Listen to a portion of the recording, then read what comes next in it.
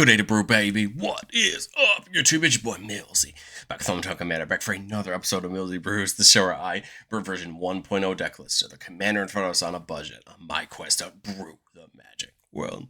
You know the motto, baby. It's ABB, always be brewing, and that's what we're back to do today. The deck list is going to be down in the description for you below. So I'd really appreciate if you could interact with the video, like, comment, subscribe, consider checking out those links in the description. I'd appreciate it. But today, we're keep going on Final Fantasy content. And the commander before us today was probably the first card I saw from this set that I was really excited to play in another deck. And I think so far this set has been really interesting. There's a lot of cards in this set for so many decks. I think almost every deck's going to find some support in there. But today, we're talking about a Naya Legend that I'm excited to put in a couple other decks, but I think is going to have a pretty great deck of her own. That's Tifa, Martial Artist. A 4-mana Naya 4/4 human monk with melee. So whenever this creature attacks, it gets +1/+1 on a turn for each opponent you're attacking this combat. So effectively, this is going to make Tifa 7/7, right, if you attack all three of your opponents. And that's important because of her second ability. Whenever one or more creatures you control with power 7 or greater deal combat damage to a player, we're going to untap all creatures we control. And if we do, and it's the first combat, if it's first combat phase of the turn, we get to have an additional combat after this phase. This is an odd way to word this, but we're going to break it down as this. You're always going to untap all those creatures if you have creatures with power 7 or greater total hit a player. This is important because that's going to effectively give them vigilance, which is really nice. The second part is, if you can manage to do that in the first combat, you can get up to 3 combats. So only in the first combat can you net yourself an additional combat. But remember, because you could have 3 opponents all being attacked with those things, you could technically net up to 3 combats. And then remember, Tifa's always going to untap them each combat, meaning that on a turn where you can at least hit everybody with a power 7 or greater creature, right, you're going to get 4 combats. And that's something that's a huge deal in a game of Commander. Mainly, I think, because when you start dealing with Commander, there's so many large creatures that all you have to do is hand them Trample or some other ability, and that's a ton of damage. I mean, my thought originally goes to a creature like Galta, right? You're not talking about 48 damage with Trample over the course of 4 combats, right? That your opponents have to deal with. And that's what my goal is trying to do. We're trying to get out large creatures or creatures that grow quickly to establish Tifa's ability. We're going to try to get them hasty so they can attack right away. I mean, ideally, we want these creatures slamming in as soon as we can in order to get those combats. And then we can play other ways to take combats. It's not like Tifa has to be the way to take extra combats, even though I think it's the best way in our deck to do it. We have other ways to do it, and we have even ways to take as many combats as we need, potentially, if we can find the right pieces. But I want to say a quick thank you to the channel members. Thank you so much for supporting the channel. If you're interested in seeing all of our videos just a teeny bit early, check out that link down below the video. But all right, well, how do we grow our creatures, right? Because as much as I want to just make a Naya Stompy deck that has massive dinosaurs and creatures, I think there's more involved than that. You know, things like Domrian, Arc of Bolas, which lets us ramp a little bit with this +1, but also gives all of our creatures +1/+0. Adriana has melee and gives all of our other creatures melee. I think this is a huge ability because this basically means that every one of our creatures is getting +3/+3 as long as we attack all 3 of our opponents, and basically just making Tifa, right, very doable. Same thing, something like Aragorn, giving all of our creatures that are attacking first strike in Renown 1. And remember, if a creature with Renown 1 deals combat damage to a player, if it isn't Renowned, it gets a counter. And then whenever a Renowned creature hits a player, you double the number of counters on it. So our creatures are just growing, and Aragorn's giving them all first strike to have them, hit even better. Helena Elena puts counters on a creature at the start of each of our combats, where X is her power, and that creature gets haste till end of turn.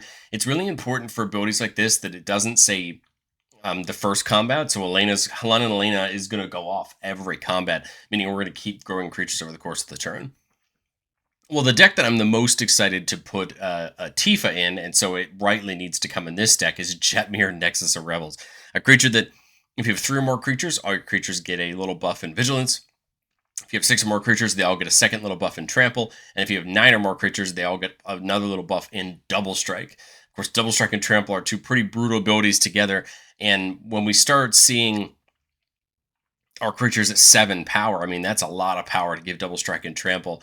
And Jetmir is just going to help our board get even better. Same thing with something like Pathbreaker Ibex.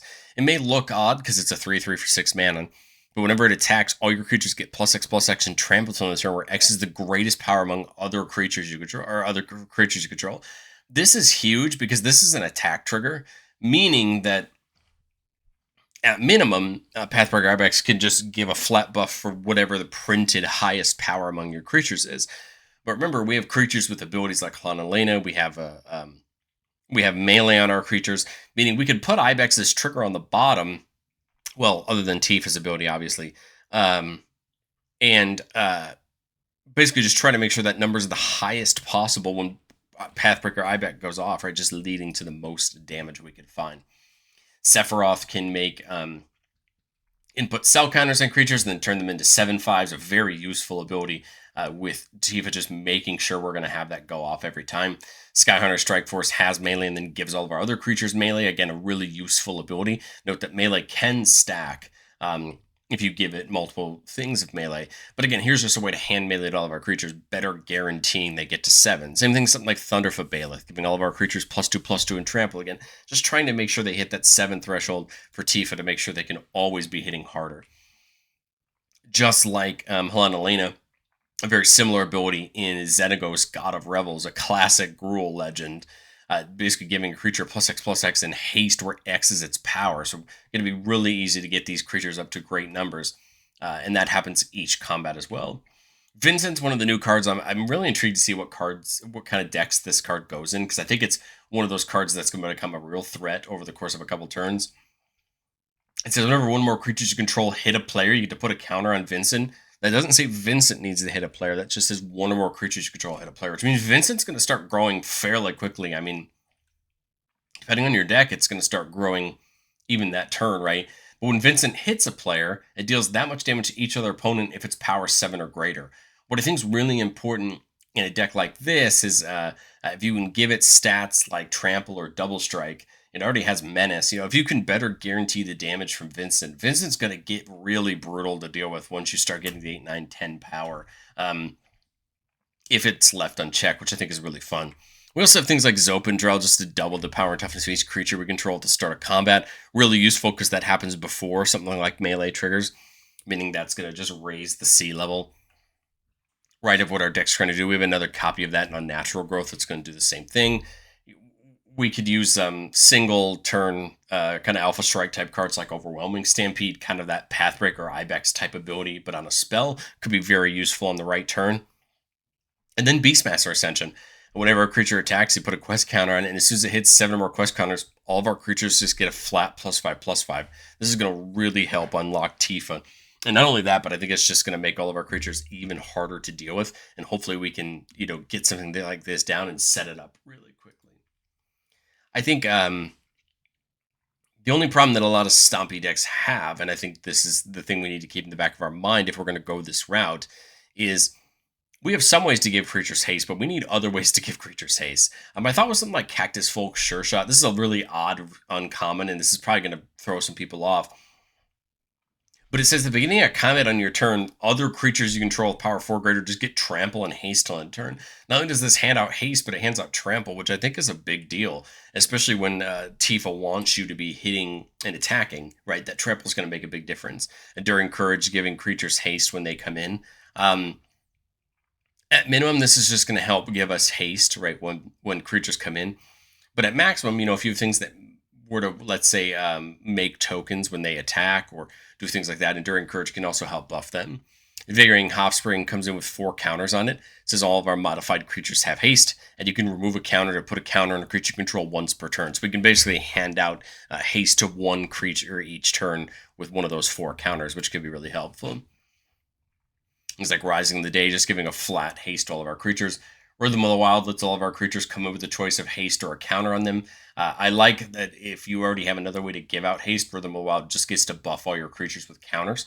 Also plays into the modified with Hot Spring and you could care more about the modified if you wanted to, but truthfully, I think just the haste is a huge deal when it comes to building a board state that's really going to hurt our opponents. But I think where Tifa's going to find its strength is taking multiple combats and trying to build our creatures up so they can survive multiple combats.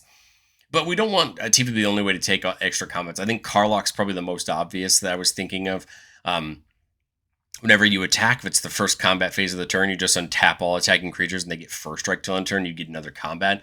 Works really well with Tifa's ability because then they have first strike for all of those combats. Bloodthirster is an odd one. Whenever it does come damage to a player, we get to untap it and take an extra combat. And there's an additional combat, except it just can't attack a player it's already attacked. This is really interesting because this can add potentially a couple extra combats to the table, even if you don't already have a Tifa out. But my other thought with Bloodthirster is if you don't have the power to trigger Tifa enough times, Bloodthirster basically could, in most, I think, board states of this game, could trigger, at least Tifa once. And then you're really taking, two extra combats after that. But the point is you're getting creatures in and just hoping that Tifa can, untap them so that they can... so they can hit harder. But I think Bloodthirst is just interesting because it can basically hand 6 damage out to each opponent, right? Each combat, round of combats. The question becomes, can we buff it up to make it bigger? And then you have something like Anzrag, which if it becomes blocked, you just untap each creature you control and get an extra combat. Now, Anzrag has the ability to force itself to be blocked. My hope with something like Anzrag is you can pair it up with something like Xenagos or something else just to make it a really terrible threat for your opponent and either threaten to knock them out or force them to block it to take another combat and keep the party going. You'll see very quickly with creatures like Halana and Elena or Xenagos that when you can stack multiple combats and get their abilities multiple times, you can make some of your creatures just absolutely massive. And Anzrag isn't the only massive creature we have. We are playing things like Galta and some of these big stompy creatures, but I didn't want to go full stompy. I still wanted there to be some good support in the mid-range as well. But I think the other thing we can have is just the classics, the classic combos, the Aggravated Assault plus Bear Umber, Nature's Will of the world. It's not going to be a bracket 4 deck because of this combo, because although you can take infinite combats, it doesn't guarantee that you can win the game with the infinite combats. I mean, obviously, we should try to present a board state where when we show our opponents, we can take as many combats as we want. Hopefully, it's enough. But what I like specifically about this combo is even if you only see Bear Umbra or Nature's Will, I think they're both really relevant cards. Bear Umbra goes on Tifa, gives her totem armor, which helps protect her a little bit, and then just untaps all your lands whenever she attacks, meaning that then main 2, you can even play more out of your hand. Same thing with Nature's Will, right? Untapping those lands whenever creatures hit a player, and just unlocking more mana, even if you don't have the Ag Assault to pay 5 mana into. There's probably going to be the person who's watching the video says, Tifa gives you 3 extra combats. Do you really need Ag Assault in the deck? And the answer is probably not. I guess if you build the deck, you probably don't need Ag Assault, but the truth of the matter is there's probably going to be a world where Tifa gets removed because it's going to be pretty obviously a problem. And if that's the case, in Tifa's 8-10 mana, there's a world where probably Aggravated Assault makes sense. The other thing to remember is that we're building this deck on a budget, right? I don't think I'm playing things like Old Gnawbone that would, again, pair really well with Aggravated Assault. There are creatures, that you could play like Savage Ventmaw that would pair really well with Aggravated Assault. If you really wanted to lean a little bit harder into this game plan, again, I'm not, right? I'm just leaning into trying to, raise the whole sea level and really hurt our opponents. But I think if you wanted to lean more into this multi-combat route, there's so many redundant pieces you can add to this just to make not only your deck better overall, but make sure that the Aggravated Assault line can happen. But I've said it before on the show, and I'll say it again. No deck's ever complete. It's my version 1.0 shot at Tifa, and I think going into testing, there's a couple things I want to see. One, do we need more of this Ag Assault support with something like Reaver Cleaver? It's an equipment I really like. Gets you treasures equal to the combat damage combat damage that creature deals to a player. I think this is just useful overall. Put it on a big creature, net a ton of treasures, and bankroll the rest of the game. But again, it works very well with Ag Assault. Genji Glove just gives a creature double strike, and the first time it attacks each turn, you just get an additional combat. This is really interesting with Tifa because it will technically help you unlock a fourth combat, right, with this game plan. And the thing I like the most about Genji Glove is it is colorless, meaning that it can go in a lot of decks. You have to remember that this extra combat effect on an equipment is something that's really only been in red. So it's interesting to see this in colorless now and give us access to that. And then there's stuff like a Chroma's Will, a great finisher. I just didn't have a slot for it, but I think a Chroma's Will makes a ton of sense. I think giving all your creatures lifelink indestructible and pro each color, and then having Tifa's ability go off could be really interesting, right? You net a ton of life, and if your opponents, if you can't knock your opponents out at that point, maybe you gain enough life to live forever. If not, a Chroma's Will most of the time just leads to a game being over, because if you have your commander, you're getting double strike, lifelink indestructible, and pro each color means you can't be blocked. You have double strike, and you're netting so much life that even if your opponents survive, what are they going to do, right, at that point? But so we do love to do the most on the channel and get into our playtest. Remember, the goal of playtests on our channel is not to find magical Christmas land. It's not to show off our best plays, but it's to get in some gameplay scenarios and kind of critically think about what hands are we keeping and how are we going to set up our game plan. Here we're looking at a 3-lander, which has the Rhythm of the Wild, which is nice. It can give our creatures potential of haste. I like Vincent. It's a creature that we want to see early and can really grow. Wolfgar is very interesting. Not only does it have melee, it will double melee triggers, but it'll also double, double those melee triggers. I just realized it doesn't double Tifa's bottom ability, but I think it doubles Tifa's top ability, which is still beneficial, and it also will double any other attack triggers we see. So obviously we'd love to see a mana or two more. We'd love to see some ramp, but I think we're okay. I mean, at minimum, we have, I think, Rhythm into Vincent right now, and then we have some removal, and we have the Wolfguard to work our way up to. So turn one, we draw Lightning. Again, another very interesting creature I think fits really well. It's got the first strike and the trample, and when it hits a player until our next turn, all of our sources that would deal damage to a player or permanent they control is doubled instead. Again, very useful when you would go to take potentially more combats, right? Well, there's Rampant Growth, and I think it makes probably the most sense just to do that this turn.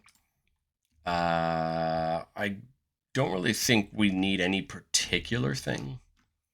I guess it would come down to what my opponents have. If this Exotic Orchard can't tap for either red or white, I would probably go get whichever land that is, right?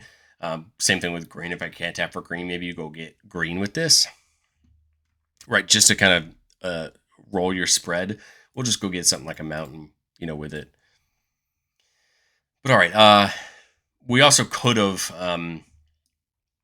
done something different, but I think it still makes sense. I still love the idea of something like Rhythm of the Wild here, just to really stop our creatures from getting countered and make sure that we can have our creatures come in a little better. We can also hold up the Path to Exile here if we're a little bit worried about what our opponents are doing. So now with 5 mana, I like the idea of getting something like Vincent in. I don't really need it to get haste. I think I'd rather just have it have a counter. Now we can do the Nature's Lore, or we can clip the, or just hold up something like Path to Exile. I think I'm always down to ramp personally. It just gives you better flexibility on future turns. And with this, it means something like Lightning could get haste the turn it comes down if we needed to. It's not a bad roll with Vincent, right, to grow it a little bit more or double the damage it would deal, right? So now turn 5,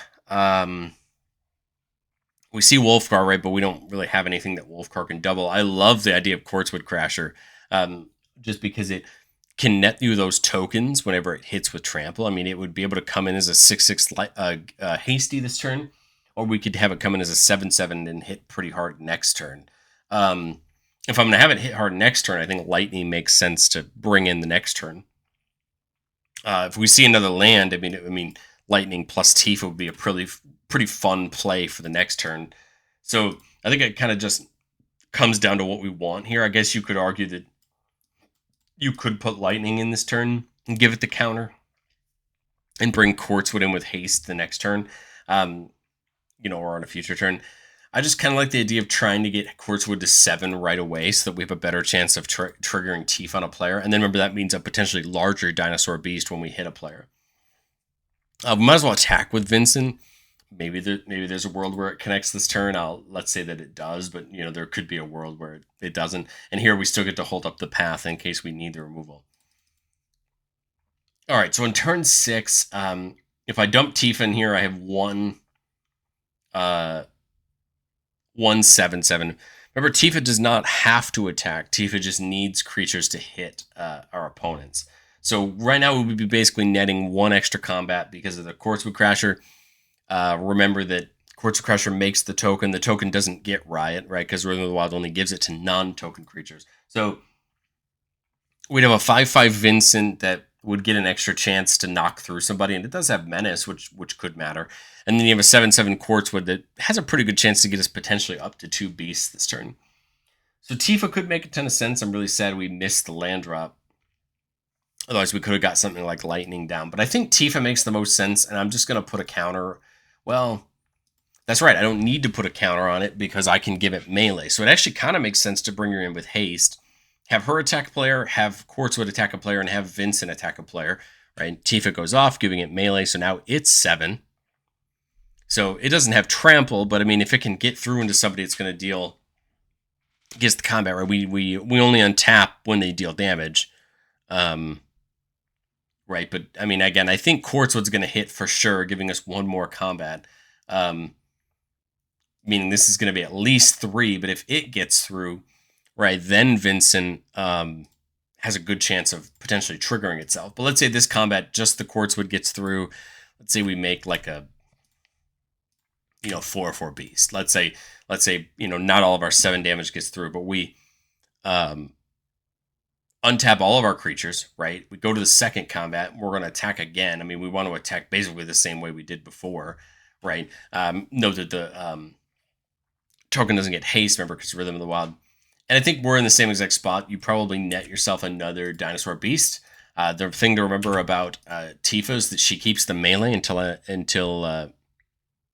end of turn. So now she's a 10/10 this combat instead of a 7/7. So that's pretty fun. And then Vincent's definitely going to hit people this turn. And again, I think now we're just in good shape. We have this up to remove. I mean, there's probably going to be some removal now. I doubt we skate completely by to our next turn. But even if somebody removes Tifa, I'm pretty willing to just dump Xenagos in. You double Quartzwood, making even bigger dinosaurs. And then Vincent should be pretty much running free now to hopefully hit some players with Menace if we can attack the right players. I think that makes the most sense to me. If someone doesn't remove Tifa, then I just slam Xenagos as well. Either way, I think I double Quartzwood and then get a bigger dinosaur because now these dinosaurs are going to be able to attack. And remember, it's whenever one or more creatures hit a player. So maybe you have these 2 beasts attack a player and Quartzwood attacks another player, and now you're potentially netting multiple dinosaurs per turn. I think you can start to see where that game plan can go off here. And our hope is we can just continue to get Vincent in. We didn't really see any good trample enablers. That's what I think would make Vincent even better, right? If we could get trample on it somehow. But again, I don't mind this playtest. We kind of saw what we wanted to see with some of these stompy type creatures and what we get to see with some of these other mid-range. Lightning could have made a ton of sense. Again, had we seen that land to go Tifa into Lightning, remember Lightning hits first and then the rest of them are doubled, meaning Quartzwood's hitting harder, right? Making a bigger dinosaur token. Vincent's dealing double damage with its ability, and you can just start to see where some of these creatures are going to work so well together. But let's get into playtest number 2 here.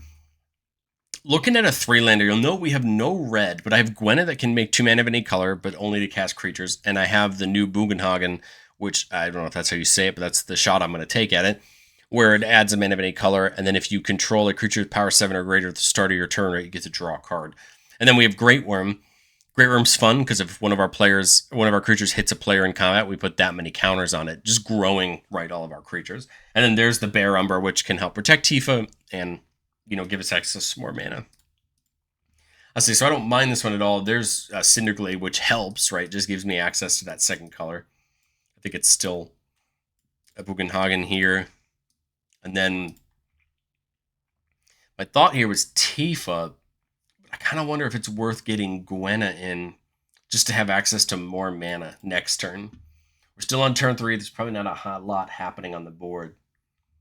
right? Because then my thought is we come to this turn. I've got 4, 5, but I can only, and I've got 7, but 2 of it, right? 2 of it can only be used for a creature. So this would bring me down to 4, right? If I were to play Quilling Great Worm, it would untap, but it can only be used for a creature, right? I could get Xenagos in, go Domri into Xenagos, but I don't know that that makes the most sense. Just trying to think of what makes the most sense, because Xenagos wouldn't be a creature, right? So it wouldn't even trigger. My goal is like, what's the best I can think to get down? Because this can only be for a creature, right? So I can't go like Domri plus Rhythm of the Wild. I could go Domri plus Tifa if I wanted to, and or Rhythm of the Wild plus Tifa if I wanted to set something up. It won't untap Gwenna, but Tifa would come in as a 5/5. If I go Domri plus Tifa, Tifa would come in as a 5/5, right? So, I think I kind of like the idea of the Rhythm plus Tifa. Gwenna doesn't untap, but that's okay. I'll just put the counter on Tifa, grow her a little bit, get us better to drawing some cards here. Now we're at 1, 2, 3, 4, 5, 6 devotion for Xenagos. We have a better chance of it coming in as a creature, right? Meaning that when it has haste, we may still want to put a counter on it with Rhythm. So here I think I'm pretty willing to play the Soul Ring. So I've got 3, 4, 5, 6 mana and 2 of it for creatures only. The thing to remember with Gwen is that it does untap itself if you cast a creature with power 5 or greater. So I'd have 3, 4, 5, 6, 7, 8, 9, 10 if I can cast that big of a creature, which is just one off of quote Great Worm, right? And be just one off of the Great Worm. But I think it's still worth going deep. I could still get Xenagos and the Domri down if I want to. Because Domri would give them all a buff, right? And then my thought is Xenagos. Bring it in with a counter. I could have it fight something this turn if I want to, since it has indestructible. But I guess I could also have it. Right, come in with haste, but I kind of wonder how much value I'm going to get out of this combat if I do. It can't pick. It can't pick itself. So I guess it just buffs something like Gwenna, makes it a 6/8 or sorry a 7/8 with Domri, which I guess could be 2 more combats with Tifa if I want to do that.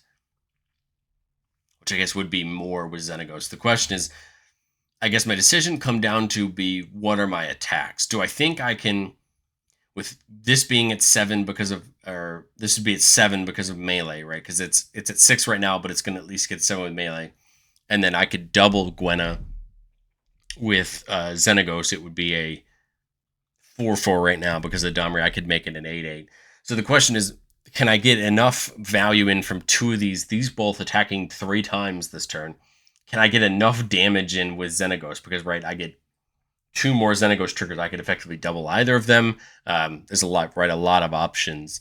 I think it's probably worth attacking with Xenagos, because remember, Xenagos would be a 7/5 right now because of Domri, meaning I actually could get the 3 full combats. So actually, it makes more sense to attack here now that I'm talking it out.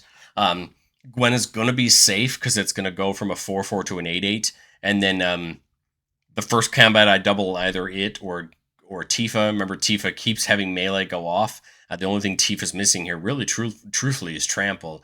But Tifa's probably just going to start knocking anything out of its way. And if someone blocks Tifa to deny me the combat, that's fine. I mean, none of them have trample, so ideally there could be a world where I go to take this attack, everybody blocks, these, and I get no extra combats, right? But they at least still all are doing value for what we want. So we run the risk of potentially knocking somebody out if they don't have that many blockers, right? We could have all 3 of them attack the same player if we really wanted to. We'd only get 1 extra combat, probably, I would guess. But we would probably guarantee some massive damage, especially with the second Xenagos trigger. But either way, I mean, we would draw on our turn, right? Having those creatures out. 1, 2, 3, 4, 5, 6. So I mean, I could, Bear Umber Tifa, go for the Great Worm, right, and then Xenagos gives haste. So remember, I could give the Great Worm the counter and then give it haste with Xenagos, and then I think we're just still in good shape there. I mean, I think any game where you see Xenagos and enough time to really take advantage of Xenagos, I think you're going to kind of expect to see what you see, right? Well, let's do one more playtest here. We're keeping a 2-lander command tower and clifftop, but we have a mana dork we can play on turn 2, and we have a Soul Ring. So we're in great shape. I'm truthfully not really worried about that. We can get into the Invigorating Hot Spring. We'll have the colors we need for Adriana. We have the colors we need for Tifa. So again, we're in good shape. And as soon as Adriana or Tifa comes down, then Fnatic Arona starts tapping for more. We have the Hot Spring for the haste, and then we have a Swords for some removal. So turn 1 here, I'll probably just put the Clifftop in. If you put the Command Tower and go into Soul Ring, I guess there's technically a chance where I draw an untapped land and I could do more. I just think it makes more sense to get the Clifftop in here. And then turn 2, it was a tap land, so it really didn't matter. But go that, do the Soul Ring, and then do Fnatic. So this for the Soul Ring, and then green +1 for Fnatic, right? Hit the mana hit here. Now, there's another untapped land. If I wanted to do that, that would give me 6 mana. Or I could get this tap land in and I just have 5. Can I sneakily do anything? So my thought is, if I do this to cast Goreclaw, this now taps for 4, but there's nothing I can do for 4 with it, right? Goreclaw wouldn't make a lot of sense. It would reduce Adriana on a future turn, and it would reduce Tifa. So we'd be looking at 6 mana for the both of them instead of 9. So that could be useful on the next turn, right? When we would have it with the Sunbillow Verge. So maybe it's that. And then if I leave a mana up, I guess I could get the Hot Spring in, right? If I leave,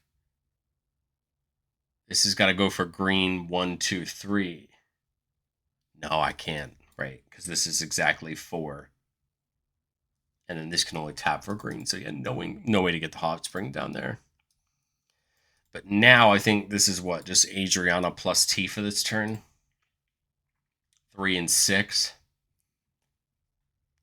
I guess I could probably get this Hot Spring out as well by utilizing Fnatic's mana. I don't have enough, I come in with the 4 counters on the Hot Spring. The question is it worth giving any of them haste this turn? This is tapped. Max Mike can attack with 2 creatures. I think I'll still move the counter onto something like Tifa just to get it a little bit bigger, but I don't think I swing for the fences here. I think I wait a turn. Remember, Goreclaw does give them trample whenever it attacks, and over multiple combats, right? That could be a good buff. I think here we just put a counter on Adriana and we just start taking these attacks. So they're both going to have their own melee. So they'll both be 8/8s, and then Adriana will give Tifa melee, so it'll be an 11/11. Goreclaw would be a 7/6, and then all of them are going to get +1/+1 and trample from Goreclaw. So we're almost nearly guaranteeing damage from the 3 of them right now. That's going to net us 3 more combats because they're all going to be high enough in power. And then remember, Goreclaw, each of those combats is going to give them +1/+1 and trample. So, and you have all the melee triggers going to go off again. So you probably have to run the risk of knocking one player out with Tifa with commander damage. Because she's 11 on the first combat, she'd be like 18 on the second combat, which would knock the first player out. Again, if you don't just do it by damage. And then you want to try to attack all 3 different players because you want to get the combats. The third combat, she'd be 26, 27 range. So you're talking about just massive damage with trample. And that's enough to knock somebody else out. Remember, you get the combats, the first combat. So even if you knock a player out in the process, yeah, the melee is worse, but you still have massive creatures, right? My point is that Goreclaw is at least still growing. I guess there could have been the argument to put the counter on Goreclaw instead of Adriana, just because she knew she was going to get to 7 with the melee, and that would have made Goreclaw 6/5 instead of a 5/4, I guess. And I guess there's arguments about, right, that being a bit better. But remember, it got one copy of melee, so instead of being a 5/4, right, it was an 8/7. So it, still, you see what I'm saying. So like, there's probably some semantics of what makes the most sense with those two counters. But I think truthfully, it goes to show you one, why melee is important and why it's a ability you should value in a combat deck in this situation. The second here is just how important I think trample is in this deck. I mean, Goreclaw's great at it because it gives it out when we attack. But I think anything you can find that's going to give your creatures trample, like something like Garrick's Uprising, or if you want to go for like Sphere Grid, right, to put counters on them when they hit players and give them trample. Like, there's so many ways I think you can take this and make this better. But like, this is the core to me. What would make this deck good is just trying to find these mid-rangey creatures that are going to really benefit from getting to 7 quickly and just taking over, a game of combat. But I'd love to know, what do you think of Tifa down in the comment section below. I think this probably wins second place for the deck I would build if I had to build a Final Fantasy deck. I intend to rock Kefka and see if I can make it some fun on my own. But if you're looking for a fun Naya deck, I think Tifa's a ton of fun. It's immediately going in my Jetmir deck. I can't wait to see it rock out there. But I'd love to know what you think of Tifa, and I will catch you on the next one.